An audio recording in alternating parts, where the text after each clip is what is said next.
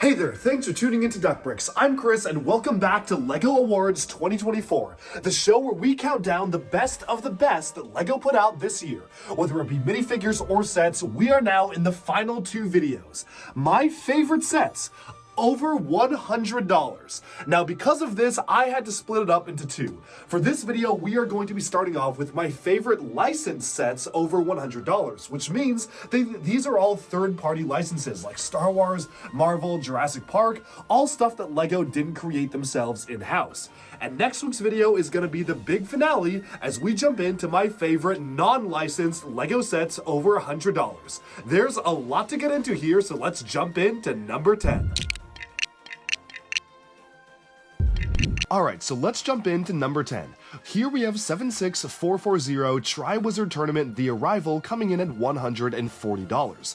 This is the first time we have seen the Durmstrang ship in LEGO form since the original Goblet of Fire movie almost 20 years ago, which is really crazy to think about, but it's fantastic to see just how much LEGO has improved in building techniques between now and then.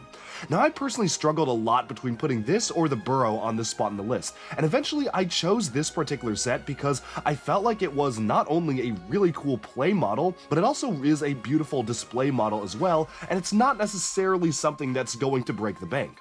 Looking at these sides of the ship and the actual profile of the vessel, I love how they were able to integrate very unique detail for the angles on the front and back of the ship. The front is slightly angled, and so is the back. The entire back section is at a slight angle, and it actually is using some pretty seriously complicated building techniques to pull that off, which was absolutely a really cool educational experience when putting it together. I love how sturdy and fully brick-built it is. It's really not using any sort of molded elements like prefab boat hulls or any sort of stuff like that like the previous version of the ship did. Instead, it's just utilizing standard LEGO bricks put together in a really smart way.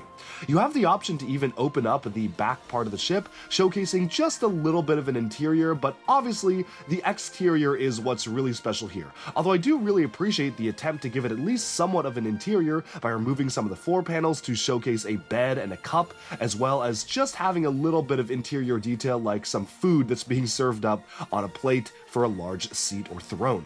But really, the big bulk of the model is on the exterior of the ship. You have a movable rudder, you have these gigantic fabric sails which look fantastic. Unfortunate to see stickers for the shields, but I guess it didn't really make sense for them to print 4 new shields that would really only be used in this set. But overall, I just love the color scheme and how everything comes together. The dark tan, the reddish brown, the lighter blue being used in conjunction with the gold. Almost everything about the set is really fantastic.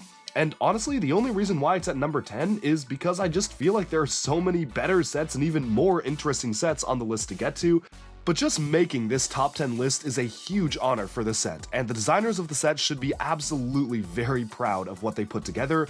I'm a big fan of this set, and let's move on to number 9. Coming in at number 9, we have a set from LEGO Star Wars Rebuild the Galaxy, and that is 75389 The Dark Falcon, coming in at $180. This is such a cool set, and it is a really interesting reimagination of the Millennium Falcon as a villain vehicle, so of course it has to come in black and dark red. I just love all of the details on building the Millennium Falcon.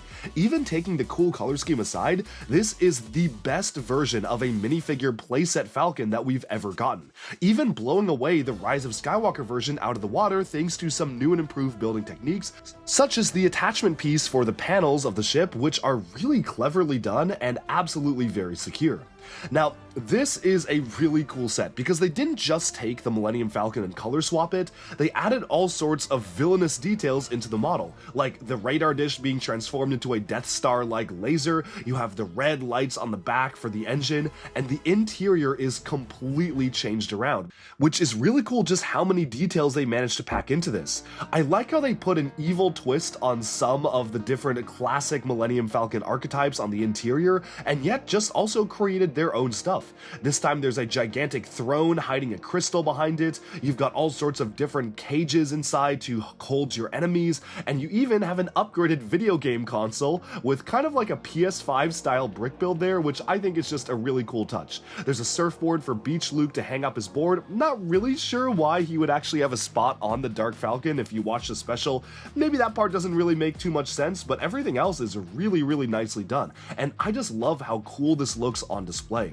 It's definitely my favorite version of the Millennium Falcon we have ever gotten as a LEGO set, and I really love how LEGO took a big swing and decided to give us something completely different.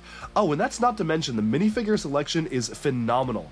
Dark Rey, Jedi Vader, Darth Jar Jar, and so much more make this set an absolute must-have for LEGO Star Wars fans. But with that, I think it's time to move on to the next pick. And again, this one is a little lower on the list just because it is basically a regular Millennium Falcon but colored in a different way, whereas the other sets offer something a bit more unique and new to the table, but this is still a really cool build, and I just loved seeing it in Rebuild the Galaxy. Let's move on to number 8. Next up, we have 21350 LEGO Ideas Jaws coming in at $150. It's the very first time we have seen Jaws replicated in LEGO form, and this is a really cool way to do it. LEGO has always toyed around with doing the Jaws license. They considered it for LEGO Dimensions, and they also considered it for the LEGO Ideas Brickheads vote, which obviously lost out to Star Wars, but finally through LEGO Ideas, we got an official Jaws set, and this is really well done. Not only is it a phenomenal display diorama, but there's actually quite a number of different things that you can do with the set. Obviously, the shark is bursting out of the water. It feels very kinetic in its motion. The ship is literally sailing off of the platform, which is super cool. But even beyond that, there's even an extra stand to attach the shark onto to make a completely different type of display, which I'm going to showcase in a little bit. First, I do want to focus on this main display here, which sees the Jaws shark attacking the legendary orca boat. We're gonna need a bigger boat, and you can see the amount of detail put into the minifigures as well. The minifigures are phenomenally done, and I just love the amount of detail factored into every single one of them. Even the boat itself is something we don't normally see out of LEGO being brick built fully to this particular detail. When you remove the boat, you can see there's all sorts of details even on the underside of the boat. The water is done really nicely as well, utilizing the LEGO City road plates in dark blue, and you can separate out the shark and just have the base as a standalone build, which is also really nicely done. A lot of effort was put into making this a phenomenal display piece, but there's more. As I mentioned at the beginning, you can actually take the shark and place it on the stand here, which is a really nice touch. I think it's definitely one of the coolest additions of the set, and a lot of people are curious how they were going to do the Jaws set, because again, if you have the shark emerging from the water, well, you miss out on a lot of the shark, and well, they solved that by just including both. You have the rest of the shark build on a displayable stand, as well as space for all the minifigures to be displayed, so if you don't have that much room on your shelf, you can just display the shark alongside the minifigures and set the boat and the platform somewhere else, which I think is a really nice touch. Sure, it is a little awkward having half of a shark on a stand when you actually have it displayed in the standard configuration, but you know what, maybe that's just part of the exploded shark drifting in the water. You know, it's LEGO, the point is to use your imagination, but overall, when you look at the way the shark is built, the building techniques are phenomenal. I really appreciate just how realistic it is. Even the piece usage of the microphone for the shark's eyes, like the doll's eyes, are really well done, and it's definitely one of the best brick-built sharks we have ever gotten. Taking a look at the orca boat here, it's also really nicely done.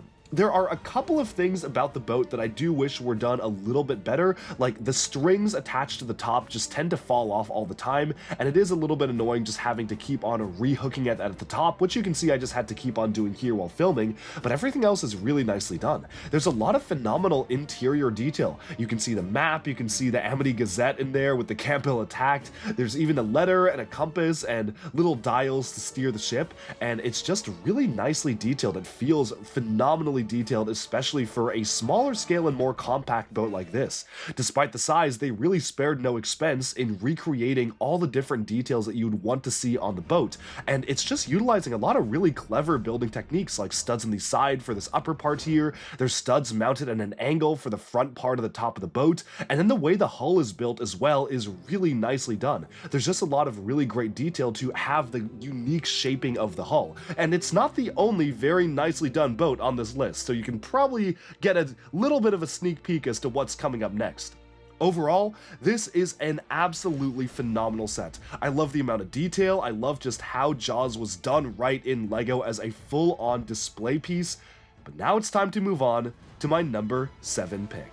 Next up at number 7, we have set number 77092, Great Deu Tree 2-in-1, coming in at $300. This is LEGO's first foray into the Legend of Zelda franchise, and clearly it was done right. It's a really interesting build because for $300 you get the option to build the tree from 2 different versions of the games, one featuring a more classic look and feel, and then one based off of Breath of the Wild.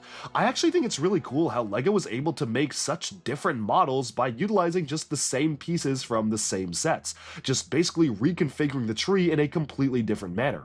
Altogether, my personal favorite version of this is obviously going to be the Breath of the Wild version. I just think that having the integration of the pink leaves is just so cool, and I just love the way it looks on display, but I also just love how different the other version looks as well. So much so that I actually was able to purchase 2 copies of the set just to be able to display them next to each other. And of course, because of how the LEGO market works, selling the other 2 minifigures on the secondhand market pretty much just paid for the entire second copy of the set, which I think is a little ridiculous, but that's a whole other discussion. The minifigures, though, speaking of, are absolutely phenomenal. One of them appeared on my top 10 licensed minifigures list earlier this year, and for good reason. A lot of them are sporting dual molded detail on the arms and the legs, brand new dual molds for the hair pieces, new molds for the sword like the Master Sword there and the Hylian shield, and everything about the minifigures is just really deluxe and well done. I also love how, while obviously these are sort of display sets, it's kind of meant to be an 18+ display style of build, there's actually a lot of hidden play features in both of the sets. The original classic version has an opening and closing mouth, which you can use to also enter the tree. It also has a dropping spider creature, which is a really nice feature to use that you can see from the games, and there's a lot of hidden away different bits and pieces inside both versions on the sides of the trunk.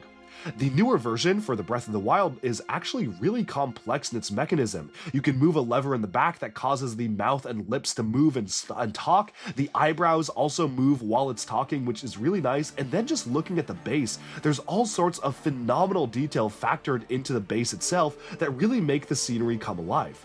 Altogether, this is one of the most impressive 2-in-1 sets yet, and while the price of $300 is arguably a little too high for what you get, it does factor in all of the extra pieces to build one version or the other, and I do think that was really necessary for a set like this to be a 2-in-1 set, because obviously, depending on what version of the games you grew up with, you probably will skew towards building one version or the other.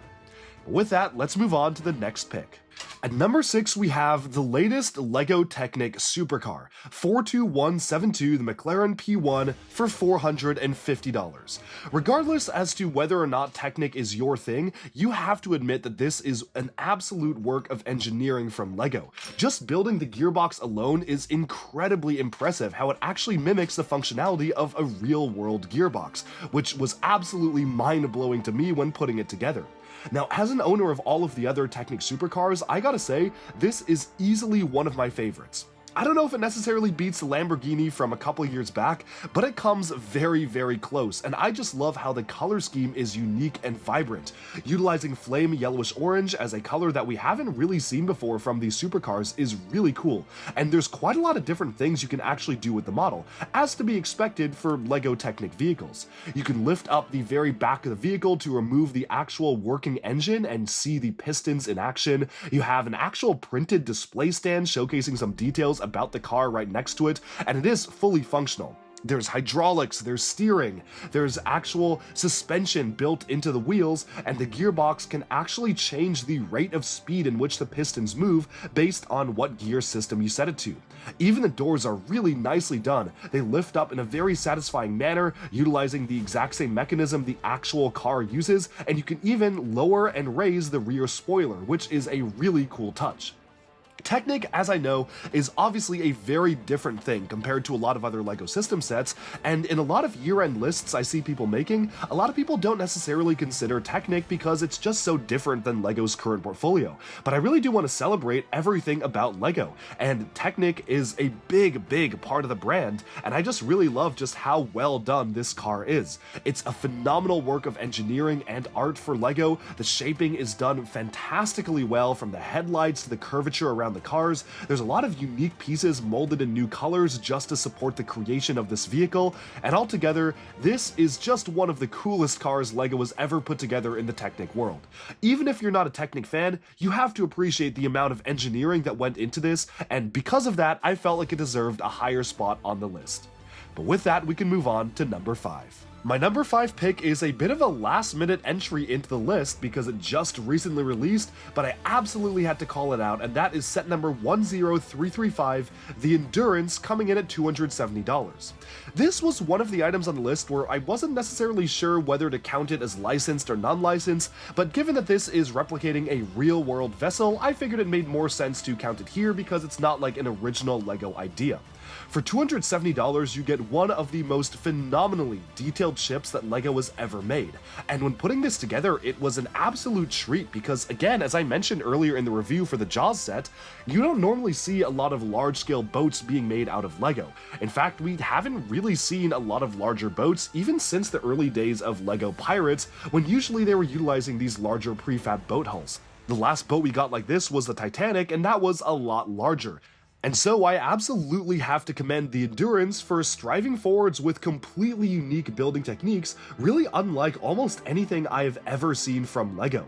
The entire build was incredibly enjoyable from start to finish. It just felt like I was building something I'd never put together before, from the curvature around the hull, to some really nice interior details that are hidden away, to even the exterior being phenomenally done, the way the planks of wood are done on the deck, utilizing the backside of the palisade pieces to actually make it look like it is these striped planks, and then even on the inside of the vessel, how much detail there is packed inside. I just was a big fan of how they were able to put together this entire build, and it feels like it really taught me a lot about how LEGO is made. Obviously, there's a lot of exclusive printed components in the set, like a map to Antarctica showcasing the South Pole, as well as a display stand for the set showcasing Endurance, but to me the real highlight is when the build all comes together. Putting the sails on was a really satisfying experience. They have the rigging done up, much like the real-world vessel, with string actually integrated all throughout different parts of the model, and it's really unique how they were able to pull that off. The last time they had realistic rigging done like this was, I mean, maybe back in like the USS Constellation set that we got years and years ago, so it's certainly been a long time. And this set really benefits from modern building techniques when putting it together to really have it achieve the curvature and shaping that you would want. Altogether, from the engine tucked away inside, to the escape boats actually being factored into the set, to all the unique details here, this is a work of art. And while it was maybe a little bit tedious at some points, like when you're building the ladder and have to connect these two pieces of rubber together with the skeleton arms just over and over again, the end result absolutely was worth it, and this is a very worthy display model in anyone's collection. With that, let's move on to number 4. For number 4, I went with a LEGO Marvel Infinity Saga set, 76286 the Milano Spaceship, retailing for $180 US. This is just so cool. It is to date the best version of the Milano that we have ever gotten in LEGO form, and the building techniques being used here kinda blew me away. It's almost like this was a UCS set, except it's only $180, fits the entire crew of the Guardians of the Galaxy, and just introduces some phenomenal building techniques. Just one that really impressed me. First of all, you have to take a look at the shaping of the front of the ship. It's actually remarkably complex in the different angles we're utilizing here, from the circular detail on the side, to the bird-like kind of beak of the front of the ship, to the way the actual wings are just ever so slightly curved upwards at an angle to support the engines bursting out of them and all the different fins.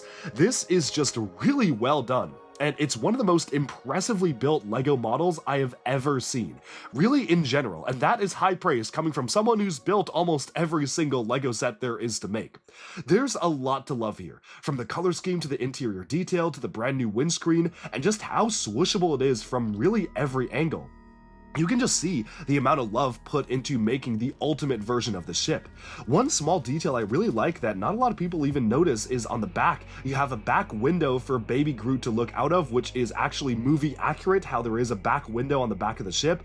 Other previous versions of the LEGO model haven't really had the space or just the building techniques to include it, but I really love how they were able to factor that into the model here. It just looks really cool altogether. I love how you can adjust all the different wings and winglets at different angles, the engines you can pivot on mixel joints. There's just a phenomenal color scheme being utilized here, and just the building techniques to capture the curvature in a seamless manner is just something I keep going back to as a true standout set of the year. Every single decal here is brick built, from the orange stripe, the front blue part of the ship, to the way the circular elements are done and the gray mixed in. That is all pure skill brick built together, and I just have to commend the LEGO designers for being able to even come up with the model this good. I'm just honestly blown away. It's a phenomenal work of art. It looks one-to-one like it does in the movie, and I literally cannot ask for a better Milano. Like, I do not know how they can make it better from this point. In 5 years, when LEGO decides to make another one of these, I genuinely do not know how they could make it any better, and that is very high praise. But with that, we can move on to number 3. For number 3, I went with a LEGO architecture set. 21061 is the Notre Dame de Paris for $230 US. This is one of the best LEGO architecture sets yet, and this was designed by the same designer as the Eiffel Tower, which makes total sense because, again, it's a Paris landmark, and it's also one of the best LEGO architecture or large-scale models ever made. There is so much detail packed into this, and the timing is perfect, with the restoration of the Notre Dame being complete just right around when this set came out. I'm actually going to go and visit Paris in a couple of days, so I cannot wait to actually see this again in person. It's been at least a couple of years since I've seen the non-damaged version, so it's really cool to see this replicated in LEGO form, and it's definitely one of the most intricately detailed LEGO sets ever made. Sure that a lot of the construction of this might have been pretty repetitive, at least when putting the tiling down and all the different tiny details, but it is so worth it in the end. One thing that really impressed me even during the construction of this model is that the entire model is built around the idea of it having a fully detailed interior that honestly you kind of just cover up. It's almost a bit of a shame when putting this together because you build a whole interior and you can only see just a little bit of a sliver of it when you remove parts of the roof from the final model. But again, that all speaks to the building experience. This is much more than just a display toy. This is something that you can enjoy putting together, and the builder gets extra satisfaction out of knowing that inside there is a full interior. There's a lot to love on this model, from the little bits and pieces of the buttresses and the statues and the way that the spires arc upwards, and especially the back part of the model, having it be really nicely curved utilizing clever building techniques just taught me a lot about LEGO set construction, and there's just something so satisfying about seeing every single bit of this come together. Again, this is almost like the Technic set on the list. Whether or not architecture is your thing, you have to admit this is an absolutely beautiful LEGO set, and one of the best they've ever put out for the architecture line. But with that, let's move on to number 2. For number 2, we have a property I thought we would never see in LEGO form, and that is 10327 Dune Atreides Royal Ornithopter, coming in at $165, based off of the live-action movies. This is not only a really cool display model, but it's one of the most fun models to play with that came out this year, and a lot of that is due to the function. You see, the way this model works is kind of mind-boggling. You flip a lever on the top of the model and that causes the wings to fold out in a very satisfying manner. In fact, there's even a metal screw integrated into the model to make that happen. Then, You twist a knob on the side of the vehicle and the landing gear as well as the back loading dock completely retract. Then you push down on that same lever area and the wings will flap just ever so slightly back and forth or flutter just like the actual ornithopter in the movies. It's really impressive how they were able to pull this off as a functioning LEGO set, and obviously some compromises were made in the aesthetics to make that happen.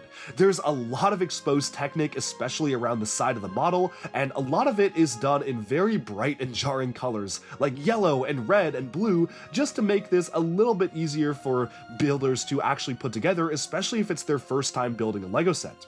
However, it is LEGO after all, and thankfully pretty much every single color that's used in a strange multicolored variation here comes in black, so that's what I did on my model. I basically just swapped out all the different multicolored Technic pieces for the black versions, and it actually looks a lot better there, because all the mechanisms kinda blend together. Still, we're reviewing the standard vanilla set as is though, so I wanted to showcase what it looks like without those first, and I just think it's just really well done. Even without the mechanism, it's a really fun model to play around with, especially because you can fit the actual accurate number of minifigure characters inside the cockpit as well, making this a really nice playset as well. For this set, they introduced a brand new mold of a gigantic scale LEGO propeller, and it looks really good. They've already recolored it in gold for Cole's Titan Dragon Mech from Ninjago as a mech blade, and I think that's just a really cool piece that I would love to see them use in even more creative ways. And finally, I have to mention the phenomenal minifigure selection of the set too. Every single one of the characters was depicted in stunning detail for LEGO form. From gunmetal gray molding to a fully gold minifigure, this just brought all of the minifigures out in phenomenal detail. And altogether, this might be the only Dune set we ever get from LEGO. I don't even know if they would ever do another one, so if this is the only one we're gonna get, I am so glad we got one as good as this. But with that, it's time to take a look at number 1, and if you know me and you know this channel, number 1 is probably not gonna be a surprise. It is no secret that I am a huge Lord of the Rings fan, so when LEGO announced they were bringing back the license, I was overjoyed, and this is the ultimate Lord of the Rings set. 10333 is the Lord of the Rings Barad-dûr, and it comes in at $460 US. It is the very first time we have ever seen the iconic Barad-dûr recreated in LEGO form, the first time we've gotten Sauron as a minifigure, and just all sorts of fantastic detail was packed into this absolute behemoth of a model. $460 is a lot, and that is a lot of money to pay for a big display model, but the Lord of the Rings license and price tag absolutely is warranted here because this is just so well done.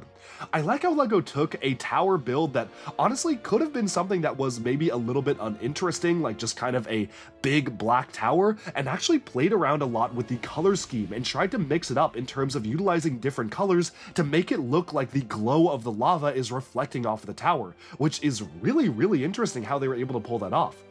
It's not often that LEGO actually changes brick colors in sets to make it actually reflect the light around it, but it really is pulled off fantastically here. We have oranges, browns, dark browns, grays, and blacks kind of arcing upwards in a really nice gradient method, which really makes it come alive and make it feel like the lava is a true part of the tower.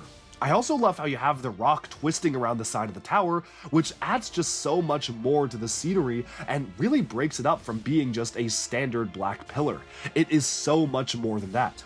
The exterior is phenomenal. There are all sorts of amazing details factored in, from a beautiful amount of rockwork detailing to a mechanism to open and close the gates, to even a side piece that you can actually attach onto the main structure for the rock that Frodo and Sam were saved from by the eagles. This is just a true work of art, and I just love how dynamic the lava flow feels as well.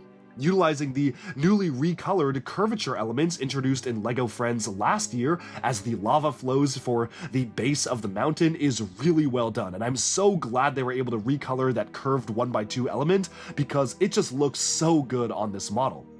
But of course, that's not all, because this tower has a full interior as well. Thankfully, because there really isn't that much of the inside of Barad-dûr showcased in the movies, the LEGO designers were able to kind of come up with different aspects that they felt like made sense for the tower, such as a smelting and kind of blacksmith area down to the bottom, as well as a skeleton cage. You have an upper section with, of course, a restaurant, because if meat's back on the menu, boys, that implies that there is a restaurant that has a menu, and yes, there is a menu in there as well. It's a goofier detail, to be sure, but I actually really like how they were able to factor that in. I think it is a really cool detail to factor into here, and just adds a little bit of levity to the set as well. And of course, if you don't like the restaurant, it's LEGO, just change it around into something else. Of course, you get into more maybe lore-accurate items when you go into the top parts of the tower, such as a library, as well as just a little area for the mouth of Sauron to speak. And of course, you have his throne itself, which splits open and showcases a palantir, showcasing the sacking of the Shire, and that's a really nice deep cut on one of those special printed minifigure heads. Altogether, this is just such a cool set, and of course, the higher you go, the closer you get to the Eye of Sauron, which is really phenomenally made. I just love how it's wreathed in fire, how just well built it is, and how you can actually move the eye around and make it look like the eye is looking around at its opponents. That is just such a cool detail, and I went in depth in this model in my early review, which you can check out on the channel, so if you want to see more about this, definitely go check that out. But overall, this is my favorite licensed set of the year.